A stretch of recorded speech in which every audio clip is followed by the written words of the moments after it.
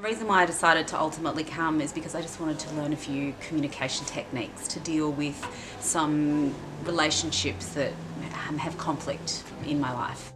Heaps. I got heaps out of it. I came away with techniques, I came away with lots of ability to be able to understand how to centre myself and be able to respond, to draw the other person's opinions and their experience out, to then be able to hopefully turn it towards a positive outcome in the conversation.